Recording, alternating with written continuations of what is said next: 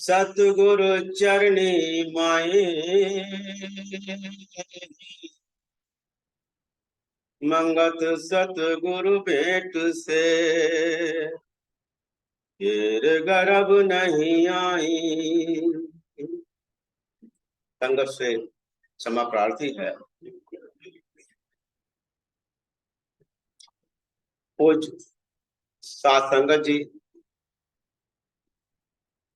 आदरणीय प्रेमी जनों और चराचर सभी प्राणियों के चरणों में दास का सत सत नमन।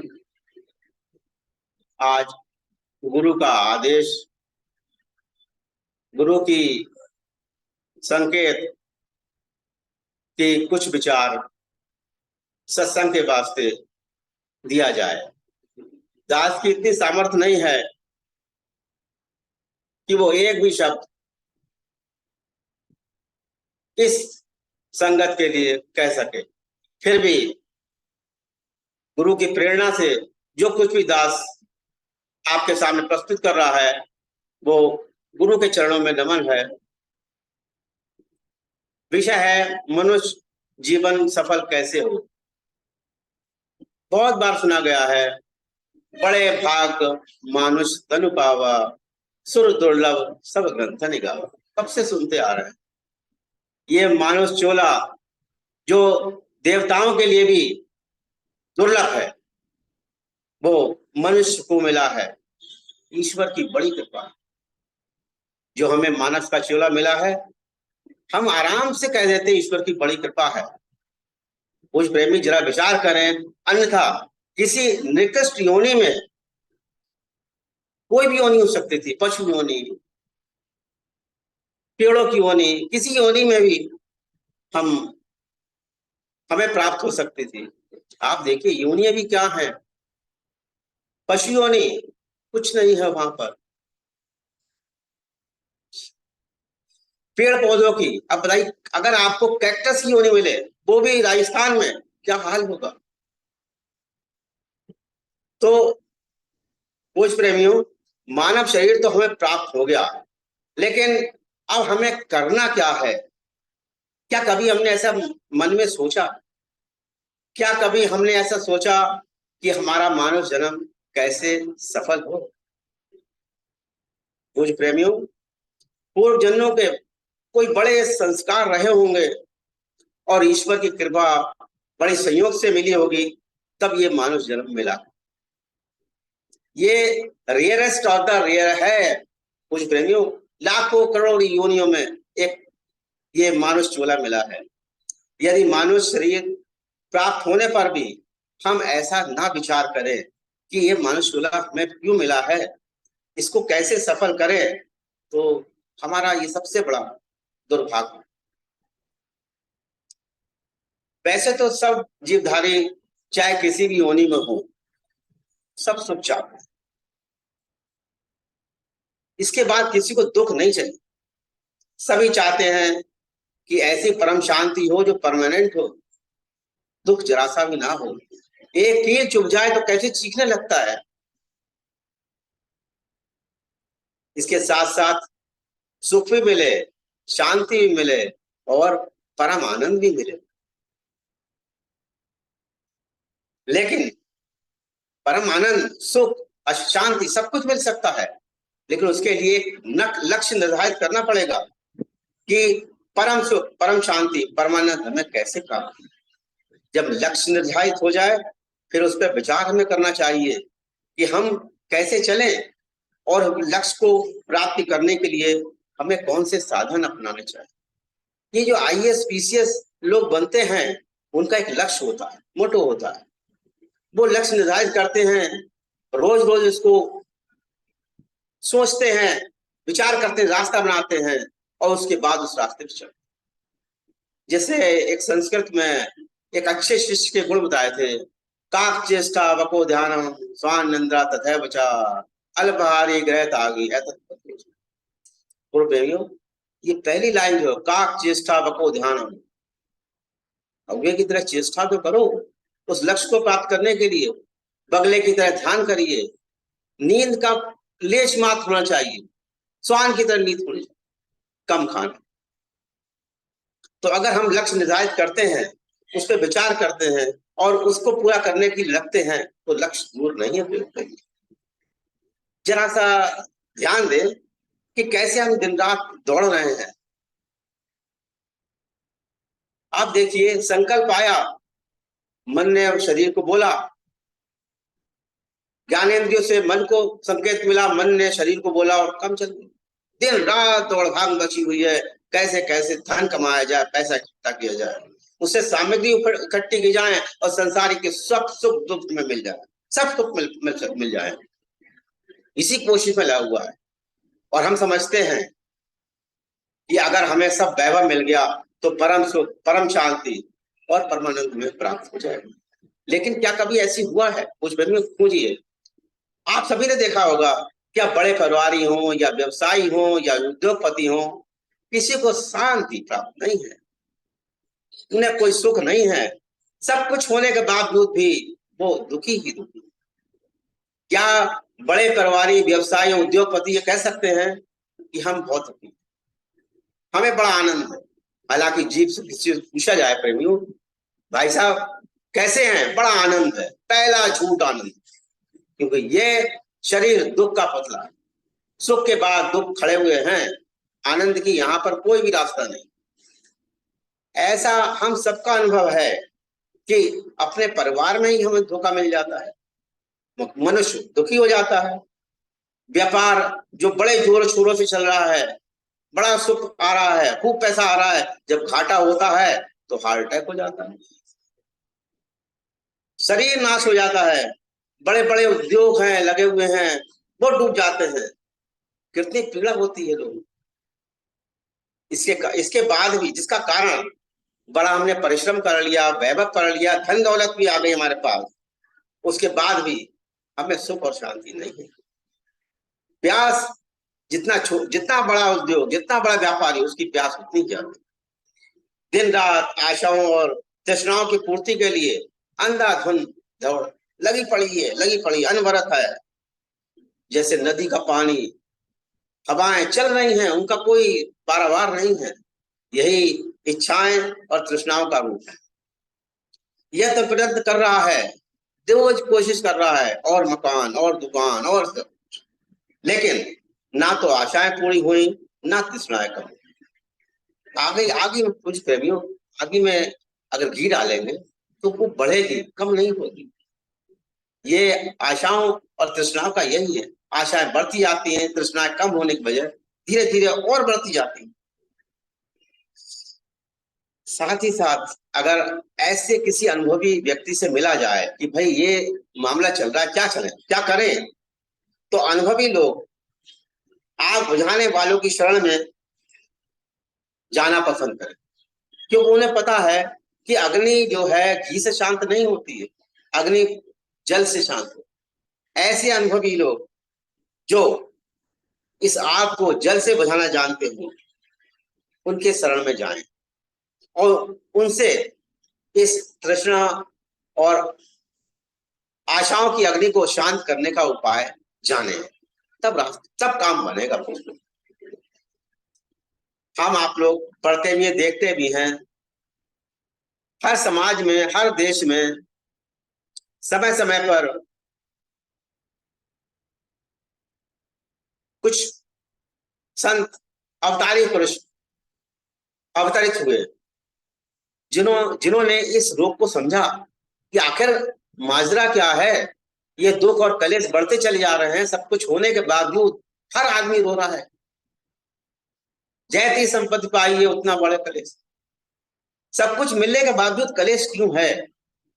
तो अवतारी पुरुष ने उस महान रोग को समझा, फिर उससे छुटकारा पाने के लिए साधन निकाले कि भाई ये रास्ता सीधा कैसे हो। और फिर ऐसा ही नहीं, इन साधनों को अपनाकर रोग मुक्ति की और अपने को निर्लेप किया। आदि, व्याधि और उपाधि, इन तीनों तापों से वो निर्लेप रहे।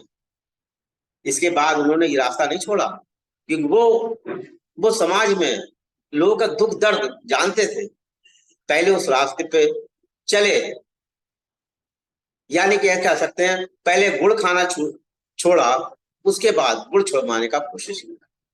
उन्होंने उस मार्ग पर चलकर वो जब रोग मुक्त हुए, तब उन्हें शाश्वत शांति मिली, सुख मिला, परमानंद मिला। उसके बाद उन्होंने यही रास्ता प्रेमियों को समझाया। प्रेमियों, रास्ता ये पक्का है।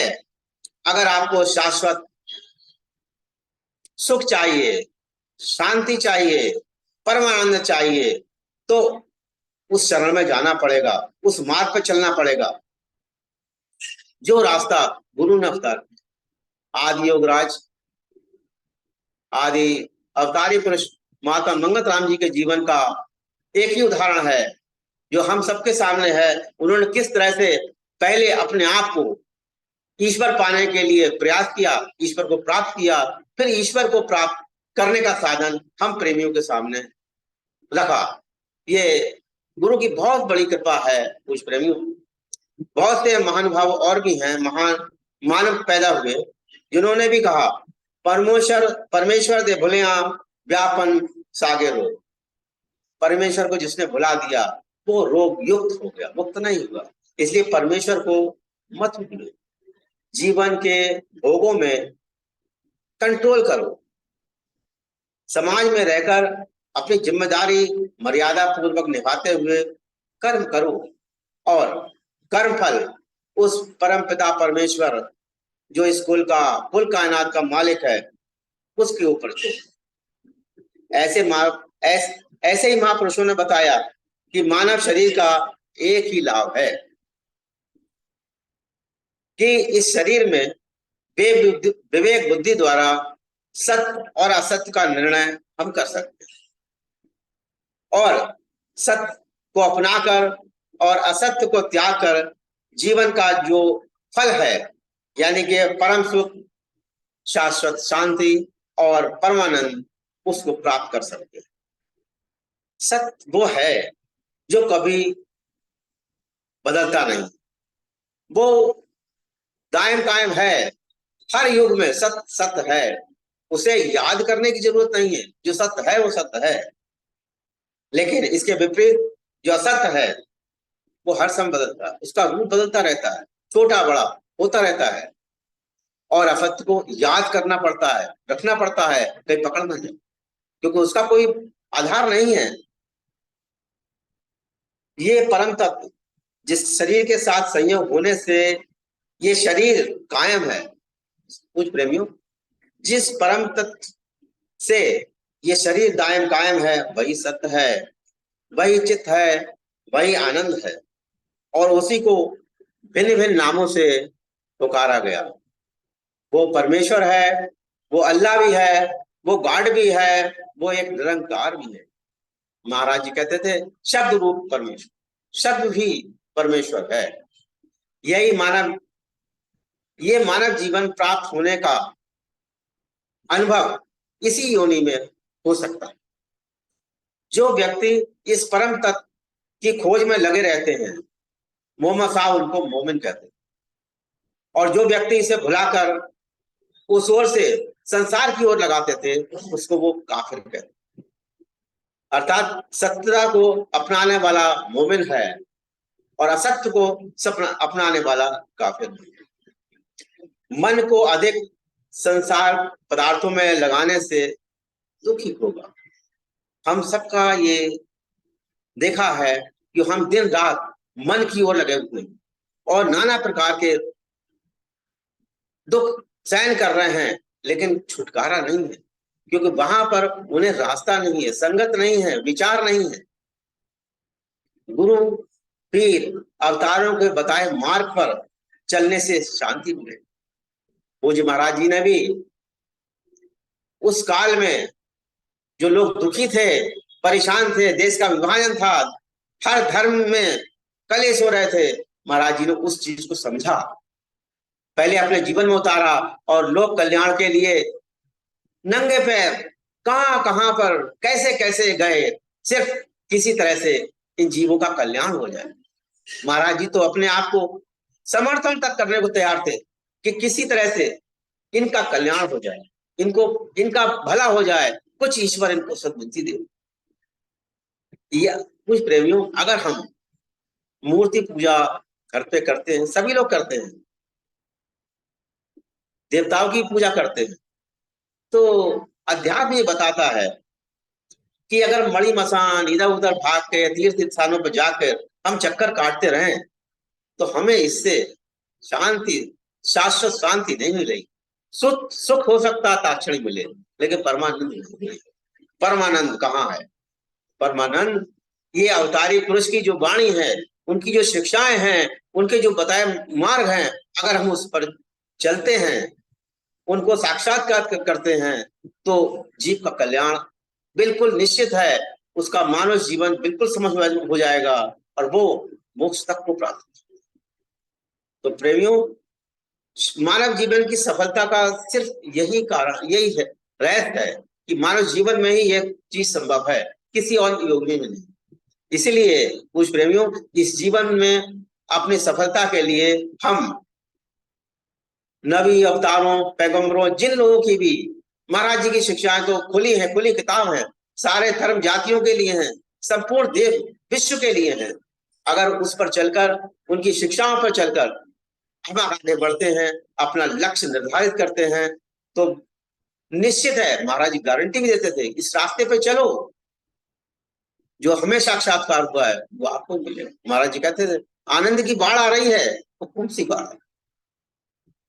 वो ईश्वर प्रेम की बाढ़ है। वहां पर आदि व्याधि उपाधि कुछ भी नहीं था, वहां पर, वहां तो सिर्फ आनंद ही आनंद था। तो ये भी मानव जीवन का कर्तव्य है, मानव जीवन में उसी परम तत्व की खोज करना, उसका अनुभव करना और उसी स्थिति में पहुंच जाना, ये मानव जीवन का लक्ष्य है। इसी से मानव जीवन सफल हो सकता है, यही समता स्थिति है। और ग्रंथ समता विलास से महाराज जी ने कुछ अनमोल वचन इसमें दिए। दास एक दो वचन, समय की बदला है, एक दो वचन जरूर दास कहेगा। वचन नंबर 1, जन्म से लेकर हर एक जीव अपने अपने शरीर के बंधन में आसक्त होकर विचरता है, यानी शारीरिक कर्म जिसका फल द्वंद्व स्वरूप दुख और सुख है, उसमें बंधायमान होकर दुख से छूटने की खातिर, सत शांति प्राप्ति की खातिर लम्हा दर लम्हा अनेक प्रकार की कामनाओं को धारण करके यत्न करता है, मगर द्वंद्व स्वरूप कर्म चक्र में रंचक मात्र भी सत शांति को प्राप्त नहीं कर सकते। यही जीवन स्वरूप माया का अद्भुत जाल है। वचन नंबर 2, ऐसे जीवन यात्रा के भेद को जब तक यथार्थ स्वरूप में ना जाना जाए, तब तक निर्मल उन्नति का सत्य प्राप्त होना अति कठिन है। इस वास्ते गुणी पुरुष का परम धर्म है कि इस खेद युक्त जीवन यात्रा के सही भेद को समझकर सतमार्ग, जो सत शांति को देने वाला है, उसमें अपने आप को दृढ़ करे। यही यथार्थ मानव जीवन का परम लाभ है।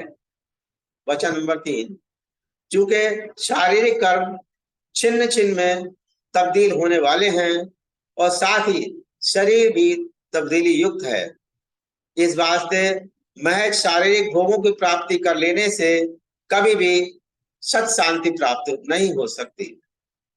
ऐसी मूल मति को धारण करके ही शरीर विनाश के समय सबको परम दुख प्राप्त होता है।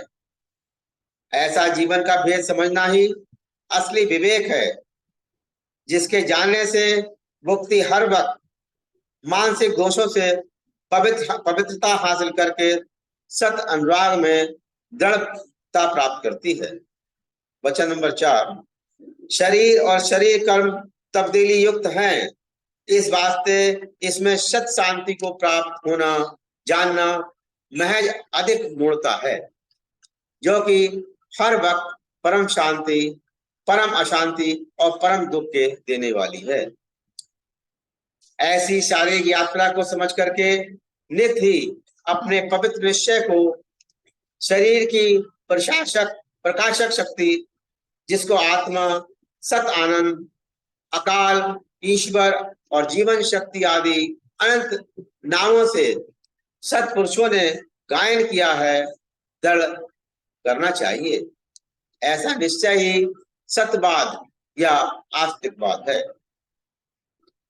सार विचार ये है कि शरीर और शारीरिक कर्म भोग का अतिबंधन इस जीव को है, जिससे अधिक तृष्णा की अग्नि में जलता रहता है और सत शांति को प्राप्त नहीं हो सकता।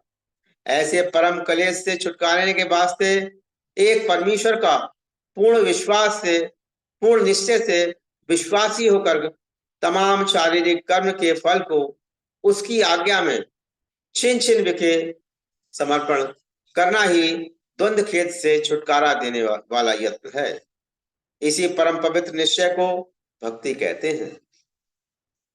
निर्बल भावना से प्रभु परायण होकर तमाम शारीरिक कर्म उसकी आज्ञा में समर्पण करके और छिन छिन बिके प्रभु नाम को हृदय में चिंतन करना, तमाम शारीरिक सुखों में समान हालत में विचरना, ऐसा सत विश्वास ही सत शांति और आत्म साक्षात्कार को देने वाला है। जिस गुणी पुरुष को ऐसा पवित्र भाव प्राप्त हुआ है, यानी अपने आप को सत्परायण करने के यत्न में जो दृढ़ हो गया है, वही आंतरिक आत्म साक्षात्कार यानी ब्रह्म शब्द की अनुभव करके नए कर्म स्वरूप अखंड शांति को प्राप्त होता है।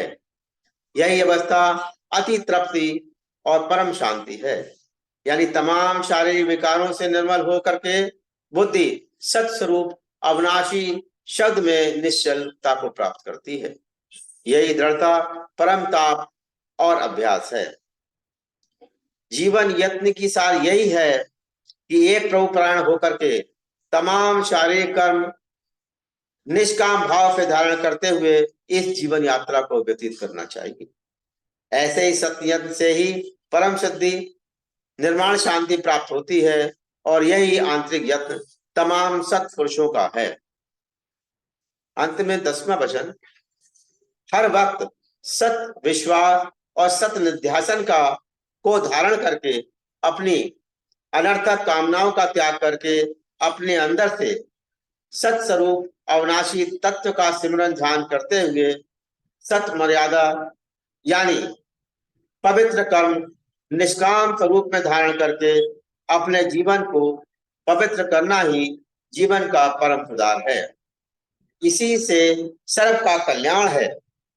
सब प्रेमी पूर्ण निश्चय से विचार करके अपने जीवन को निर्मल सफलता प्राप्त करें और जीवन का जो परम उद्देश्य है, जीवन कैसे सफल करें, ये महाराज जी के वचन हैं, महाराज जी की वाणी है और महाराज जी के विचार हैं। उन पर चलकर हम अपने मानव जीवन को सफल कर सकते हैं।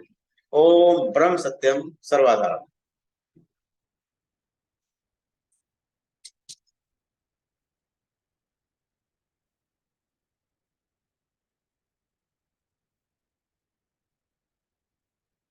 ओम ब्रह्म सत्यम सर्वदा।